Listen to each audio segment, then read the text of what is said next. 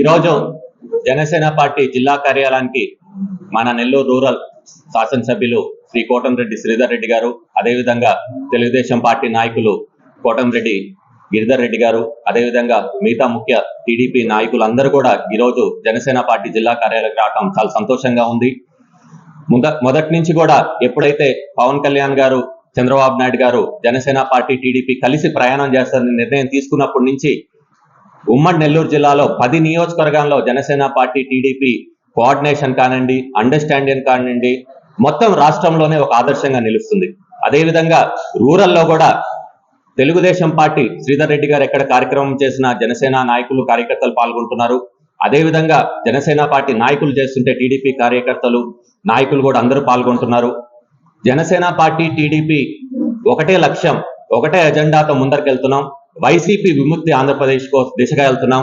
ఇది మేం కోరుకునేది కాదు, ఆంధ్రప్రదేశ్ రాష్ట్ర ప్రజలందరూ కూడా కోరుకుంటున్నారు. అదేవిధంగా వైసీపీ విముక్తి నెల్లూరు అని కూడా నెల్లూరు ప్రజలు కూడా అందరూ కోరుకుంటున్నారు. ఎందుకంటే ఈ వైసీపీ పాలన మొదలైనప్పటి నుంచి ఎక్కడ చూసినా కష్టాలు కన్నీళ్ళు తప్ప ఇంకేమీ లేదు.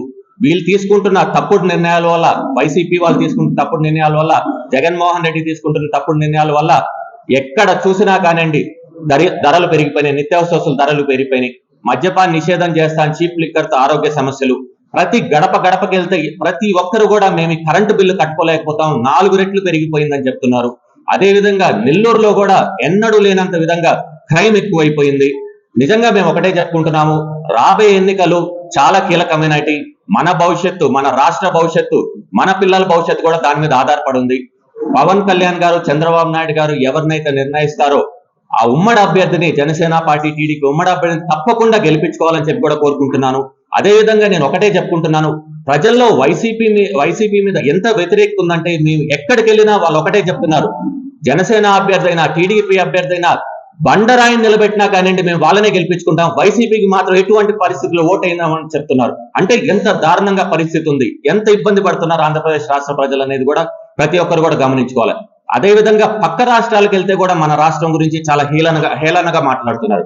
నిజంగా ఎక్కడైతే గోతులు ఉంటాయి రాష్ట్రం, అది ఆంధ్రప్రదేశ్ రాష్ట్రం అంటున్నారు. ఎక్కడైతే క్రైమ్ ఎక్కువ ఉందో అది ఆంధ్రప్రదేశ్ రాష్ట్రం అంటున్నారు.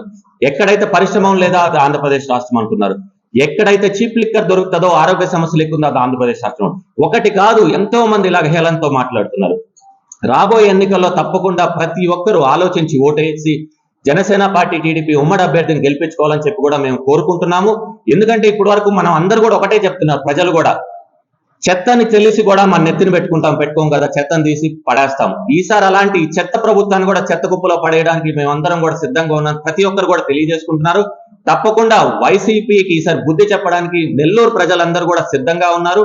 అదేవిధంగా కోటంరెడ్డి శ్రీధర్ రెడ్డి గారు దాదాపు 2 సంవత్సరాల నుంచి గడప కార్యక్రమం చేస్తున్నారు, అనేక పోరాటాలు చేస్తున్నారు. 1.5 సంవత్సరం నుంచి వైసీపీ నచ్చక, వాళ్ళు చేస్తున్న దౌర్జన్యాలు, దోపిడీలు సహించక ఎక్కడ అభివృద్ధి లేదని బయటికి వచ్చేసి ప్రజా సమస్యల మీద పోరాడుతూనే ఉన్నారు. జనసేన పార్టీ కూడా వారికి పూర్తిగా మద్దతు ఉంటది.